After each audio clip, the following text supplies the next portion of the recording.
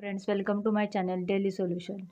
आज आपण पाहणार आहोत इयत्ता 4थी परिसर अभ्यास भाग 1 पाठ 7वा आहाराची पौष्टिकता स्वाध्याय. Please like, share and subscribe. आहाराची पौष्टिकता स्वाध्याय. काय करावे बरे? सुमेध आणि त्याची बहीण मधुरा यांना पालेभाज्या आवडत नाही. ज्या दिवशी आई पालेभाज्या करते त्या दिवशी ते जेवत नाही.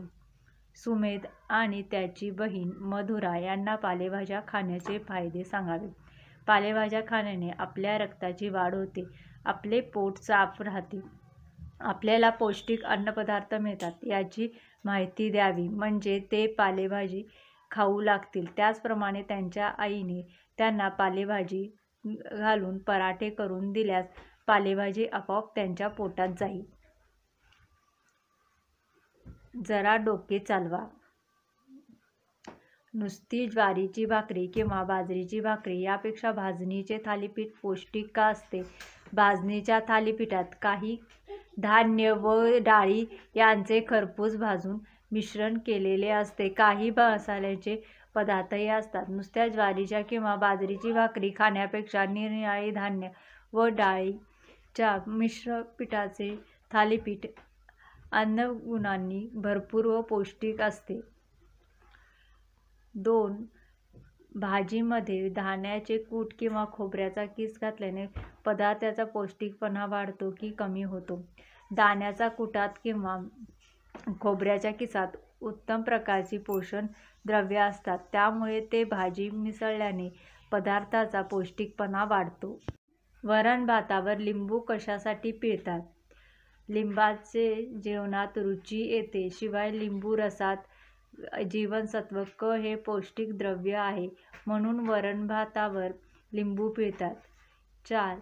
शेतात पिकणाऱ्या कोणत्या पिकात साखर जास्त प्रमाणात असते? ऊसाच्या पिकात साखर जास्त प्रमाणात असते. माहिती मिळवा. दुधाला विरजण लावून दही कसे बनवतात किंवा मटकी मोड कसे आणतात याची माहिती मिळवा. प्रत्यक्ष प्रयोग करून तुम्हाला जमते का ते पहा. तुम्ही काय कृती केली ते लिहून काढा आणि वर्गात सांगा.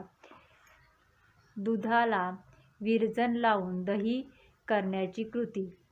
कोमट दुधात 1 चमचा दह्याचे विरजण टाकावे व चांगले मिसळावे. त्यानंतर दूध झाकून ठेवावे. 8 ते 10 तासानंतर दुधाचे दही तयार झालेले असेल. मटकी मोड आणण्याची कृती. प्रथम मटकी स्वच्छ धुवून 5 ते 6 तास पाण्यात भिजवावी. नंतर मटकीतील पाणी काढून टाकावे. मग मटकी एक सुती कपड्यात बांधावी. 8 ते 10 तासानंतर मटकीला मोड येतील. चित्रे काढा. जी फळे आपण सालासकट खातो अशी फळांची चित्रे काढा व रंगवा. सफरचंद, द्राक्ष. यादी करा. जी फळे आपण सालासकट खाऊ शकत नाही अशा फळांची यादी करा. केळी, कलिंगड, सीताफळ, रामफळ, चिकू, किवी, डाळिंब. रिकाम्या जागी योग्य शब्द भरा. फळामध्ये डॅश असल्याने फळे गोड लागतात. फळामध्ये साखर असल्याने फळे गोड लागतात. 2. तांदूळ, गहू, ज्वारी, बाजरी हे आपले डॅश अन्नपदार्थ आहेत. तांदूळ, गहू, ज्वारी, बाजरी हे आपले प्रमुख अन्नपदार्थ आहेत. जिभेवरच्या छोट्या छोट्या उंचवट्यांना डॅश म्हणतात. जिभेवरच्या छोट्या छोट्या उंचवट्यांना रुचिकलिका म्हणतात. कारणे सांगा. अन्नपदार्थ शिजवताना थोडी काळजी घ्यायला हवी. अन्नपदार्थ शिजवताना त्याचे पोषक घटक नष्ट होऊ शकतात. जास्त वेळ शिजवल्याने अन्नगुण कमी होतात, म्हणून असे होऊ नये याकरता अन्नपदार्थ शिजवताना थोडी काळजी घ्यायला हवी. 2. शरीर धडधाकट हवे. कारण आपल्याला आपल्या शरीराची सर्व कामे व्यवस्थित चालायला हवी असतील तर आपले शरीर धडधाकट असले पाहिजे. तसे नसल्यास आजारपण येते, काम करण्याची ताकद राहत नाही.